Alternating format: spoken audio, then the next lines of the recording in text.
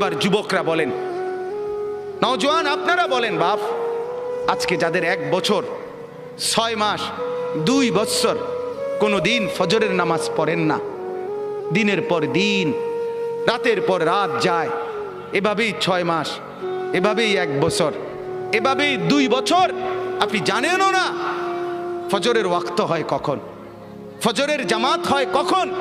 মেরে মোহতারাম, আমার ভাই, আমার বন্ধু, বলো তুমি যে কোনো দিন ফজরের নামাজ পড়লা না, তোমার গন্তব্য কোন দিকে যাচ্ছে? কোন দিকে যাচ্ছে বলেন? আপনার পরিণতি কোন দিকে যাচ্ছে?